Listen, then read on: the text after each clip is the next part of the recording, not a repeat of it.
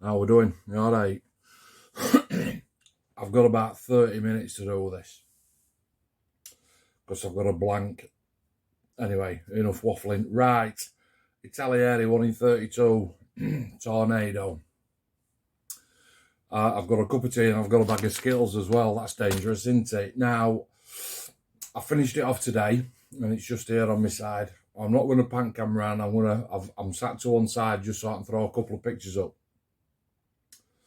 It's not an old kit now. It used to be an old kit, didn't it? Now it's not an old kit. So you've probably seen videos on it in the past.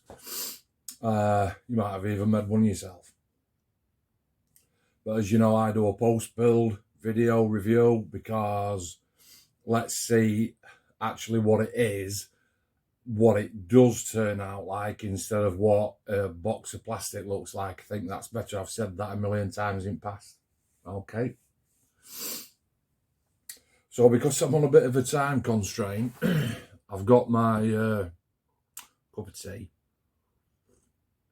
I've got the italeri instructions in front of me. And I'm basically going to fly through that first of all. So, because this is what people do, isn't it? So page 1, 2, 3, 4, da-di-da, that's your colour call out and your sprue guide, starting with seats. Somebody said to me the other day, can't remember who it was, so how many parts do you get in seats then, Mark? Because on a GR4 1 in 48 Revell kit, I think you're up to sort of like 9 or 10. And that's a nice seat to construct. 18. Instrument panel is absolutely spot on. Now, the one thing that I did notice with this kit was, unless I'd chopped them out and I'd binned them and not looked, whatever, you don't get any instrument panel decals in this kit. So I've gone aftermarket. I can't, what do they call them? Kits World. Like a rubberized sort of decal. Really, really funny. They are water slide. They are decals that the 3D printed. They're on a backing paper. But when you sort of soak it in your water and you come to take it off, it feels a bit like sort of rubber, if you will. But they've gone on and actually they don't look too bad. I'm hoping that I've taken photographs that I'm going to throw up here every now and again. So if I pause, you know why. And your stick and your rudder pedals and all that sort of stuff. I must say it is a really, really good guide. Onto stage 4, opened front landing gear configuration. Shows you how to make that. And again, you know, you're used to sort of like them configurations where it's two sides. Well, it's two sides and a bottom plate and your landing leg comes through and a back plate and a front plate. It's standard affair, but the detail is absolutely superb, and I will say that throughout this video. Stage 5, that sits onto a bottom plate underneath, but it also goes straight onto the closed option in case you have it flying. Stage 7, you can do tyres and wheels. I must admit, actually, at this point, with that front landing leg hanging down from that plate, it is a bit of a bugbear of mine that, you know, you've got to put it on because it sits through a hole and you can't put it that way. So it's on there all the time, and touch wood, mine didn't break off. You do get rubber tyres with this kit, which is lovely. And again, you know, let's not be critiquing and saying it's the wrong goddamn tread pattern. I'm not that into it, all right? You know, if it says Goodyear around edge tyre, I don't want people commenting saying, actually, I think you'll find that Tornadoes use Pirellis. Jog on. Lovely detail on your tyres. I did give them a little coat of rubber black. Bottom into your sides and your tub, and 60 grams of weight. 60 grams. Now, if you've got this kit in your stash and you think, well, what's 60 grams? Listen, I did put a considerable amount of weight in the nose cone itself. I use blue tack and steel ball bearings, and I think they weigh about 15 grams a piece anyway. But I put the radar section in, and actually I'd filled the nose cone up too much, so I had to take a couple out. And you can hinge this nose. But what I found out was 60 grams of nose weight, fair enough, that's what it's advising you to do, and don't take this as gospel, but I actually removed the nose with the nose weight in it, and it's still sat. It's not a tail sitter. Seats in, instrument panels in for your Rio 11, straight away then you're on to landing gear. Loads, much more simplified affair than the Revell kit. I'm pointing up there because I've got one hanging down. Loads better, loads better. It's not a 10 out of 10, it's a 9 out of 10. For simple reason being, it's a funny affair, this Tornado main landing gear, because it's sort of like, as you know, it goes up with strut arm out and then your tyres there, but then it stops, and actually the part that fits into the aircraft is on a bit of an angle, and it must be difficult to get that right. You do get air intakes, and I'm talking about full tubes with this kit. The wing gloves are rubber, which have turned out absolutely superb. And then you're marrying everything together. I'm saying this like you know what I'm on about, but I know that you don't. I'm just trying to explain. Bearing in mind, I didn't build mine this way. I did armament first. Horizontal stabilizers on back end, and again, lovely pieces, lovely detail, nice to fit. And then you do get engines. You get 2 engines with buckets out or buckets in. You can have 1 engine in, 1 engine out, 2 engines in, both engines. Also, you know, you've 2 engines, so you've got like, what, 4 or 5 different sorts of things that you can do with that. And I have detailed 1 engine and put it onto the trolley bed.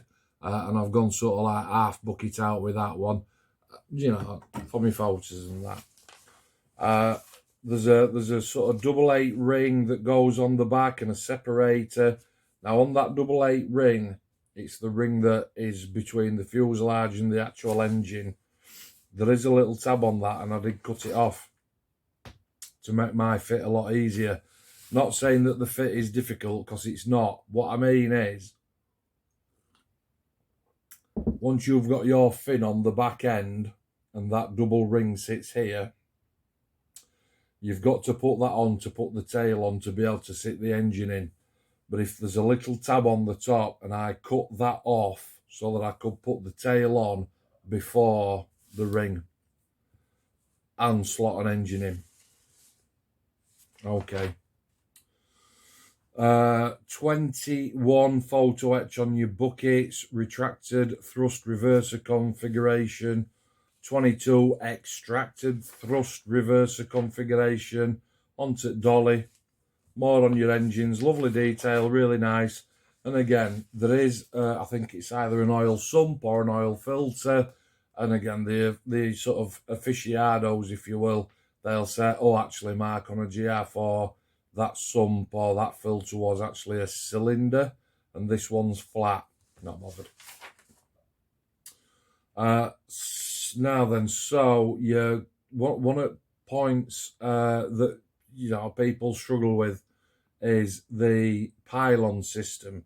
But on this particular kit, really nice. It does not move when you move the wings like it does on the Revell 1 in 48 that's actually tied together in the middle, so that when you move your wings, that happens with your wings, and that also happens with those braces inside.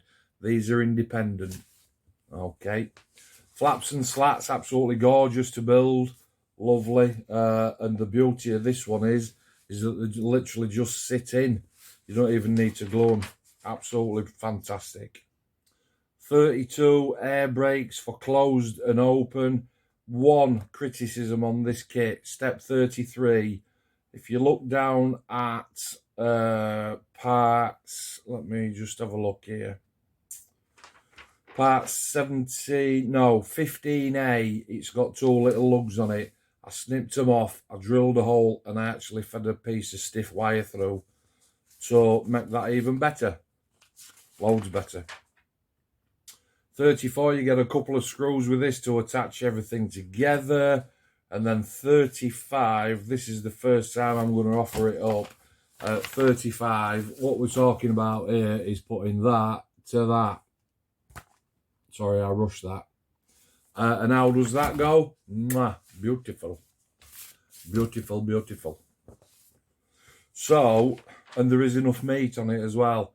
36 onto your fin, and you get positionable rudder, and the antenna beam that goes through is 2 separate pieces. It's not like the Revell kit that goes all the way through, which was nice.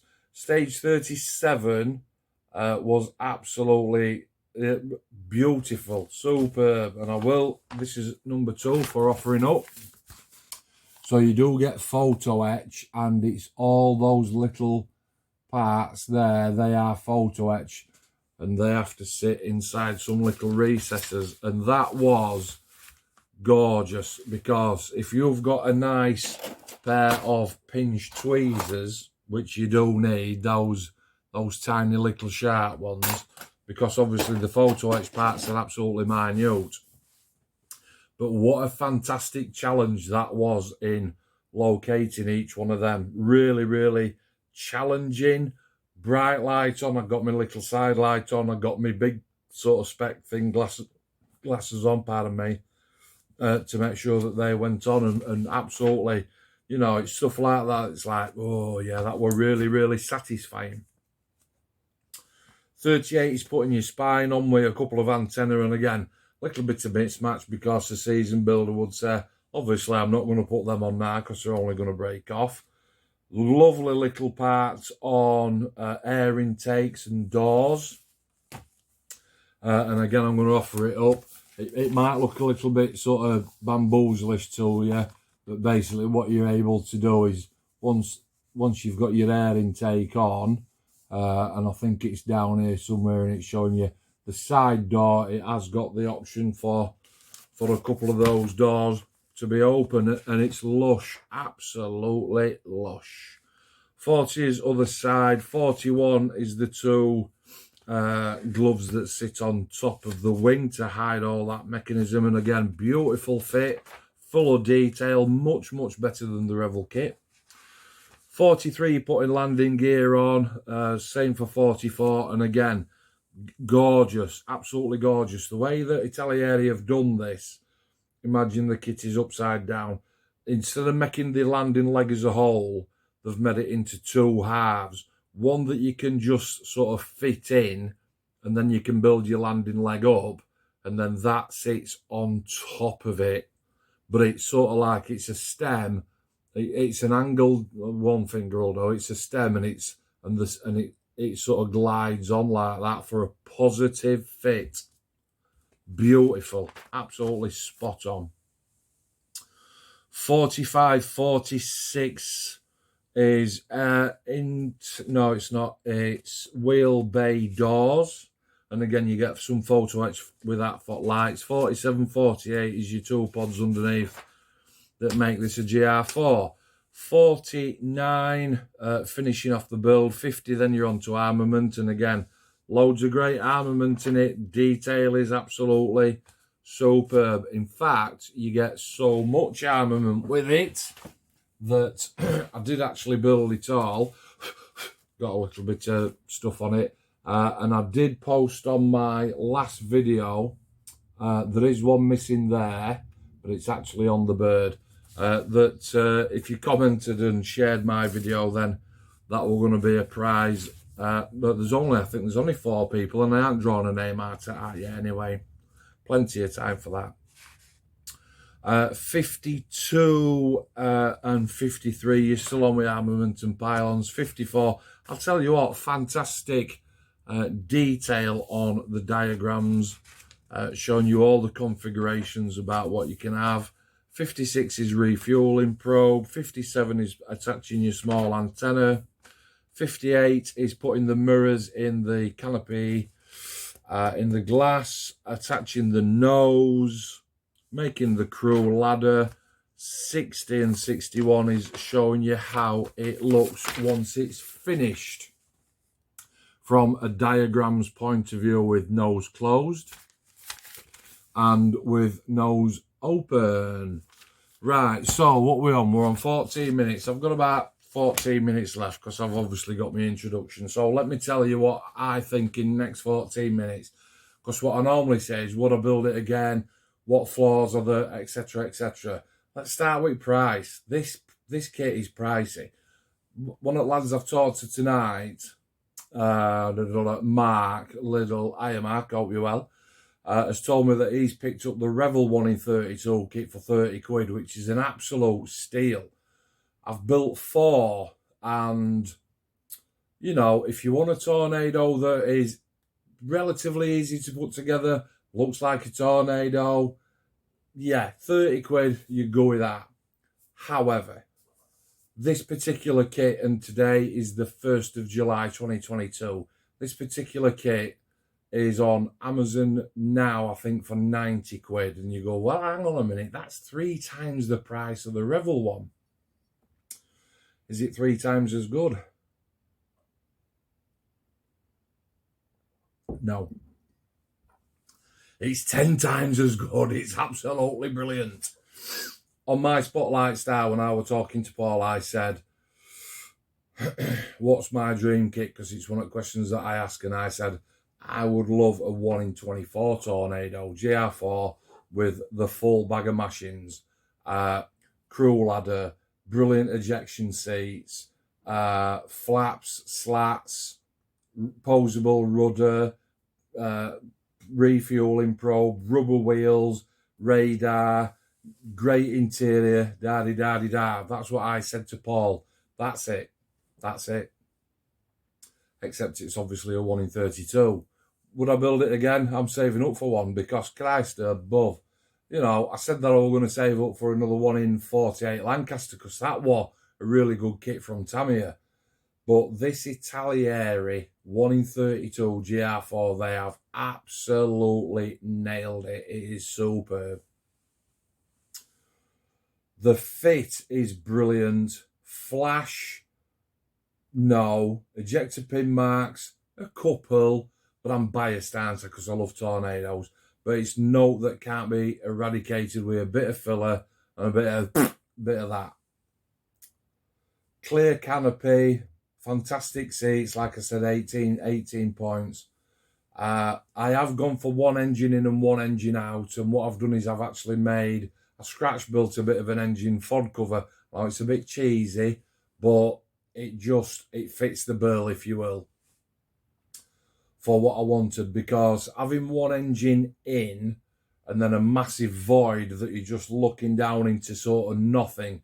Now, if you wanted to, I went onto Google like everybody does, and I typed in, you know, engine back end Tornado, and it is literally a void. However, there's loads of wiring and wires hanging down and little boxes and, you know, all sorts of things within that housing that if you wanted to scratch build and do an outstanding job like I've seen tonight on a Chinook, I think I'm going to put a picture up if I've still got it,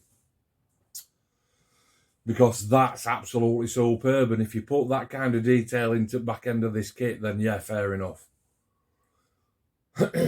I did contemplate on the bottom end, because I've got 1 engine in, 1 engine out. I did ask a mate of mine whether there's a bottom panel underneath, and honestly, if Italeri had just stepped 1 step further and given you a clear part for underneath where it was perfectly clear, so that you could, for the engine that you've got in, you know, it's quite a wide part. Let's say it's sort of like 3.5 inch, that you could mask off and paint the half that is empty, but leave it clear where you've got your engine in, so that when you turn the bird upside down, you could see that detailed work that you've put in. That would have been a tasty little piece. And I did say to him, is there any chance you can do with this? But unfortunately, it hasn't got a scanner, but it's in the pipeline, I do believe. So FOD ladder and the crew, FOD cover and the crew ladder, I tightened up a little bit. You do get the window stick, the brace, The missile detail is good. Pylon detail is good. The decals, I'm looking over there because it's here. The decals are really, really good. Lovely. They've conformed with Microsol and Microset straight down. One of the criticisms that I did hear about this kit was, oh, you know, the panel lines are too deep. You know, no, they're not. They're not too deep. What they are is they're probably a little bit deeper than what's in scale, than what the sort of should be.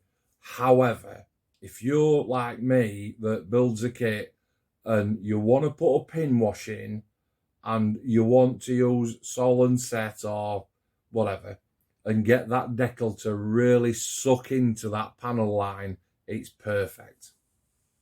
Okay. I painted it with MRP. Now, a little bit of a change here because we've all heard about the black basing and I've done it myself and different tones and different colours. I did a Chinook that were literally, it were like Joseph's chuffing dream coat. And I've done A10s and I've done Phantoms with blues and whites and greys and all sorts of stuff. But for some particular reason on this kit, it was, you know, started to come together. And instead of black basing it, on the plastic, I just literally went with a Tamiya X1 and started going over panel lines. And what that did was it left, obviously, bare plastic everywhere in the centre of all the panels. So to fill those in, I went with 5 PSI on MRP, 112, which is a medium sea grey. And I painted them all individually. And you're like, what? What an absolute ball ache that is. It's not, because I love tornadoes.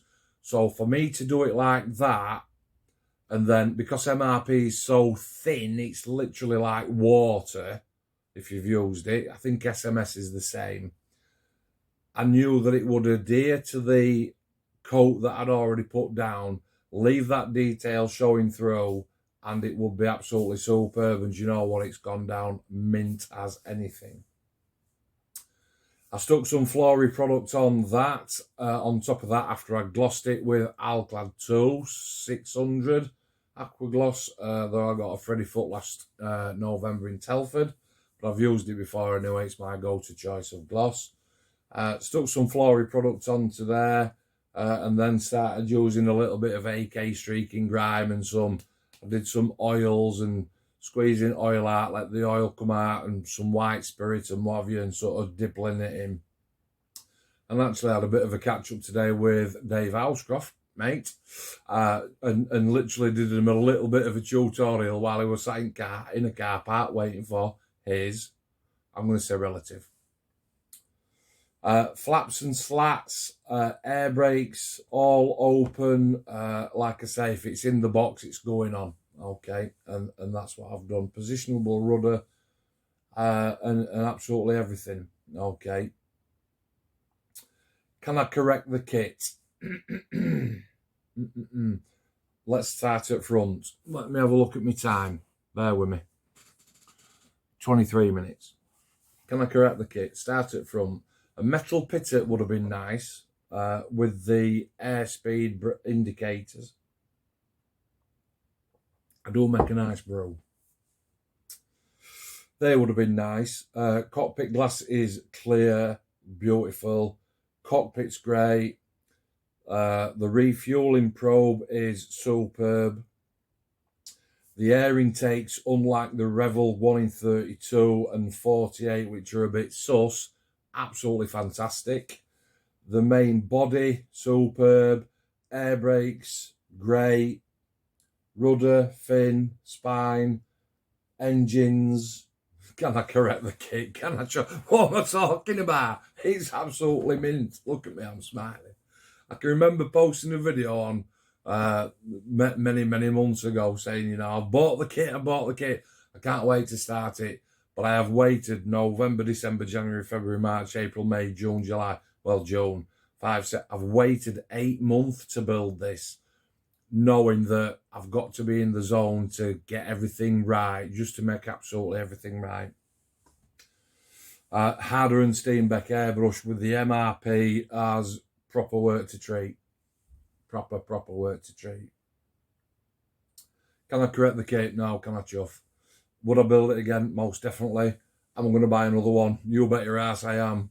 I have got a couple of kits in stash now that I could sort of start, but, you know, I said it on Tammy video, didn't I, Lancaster. If I got another one, I'd start it again, and I probably would.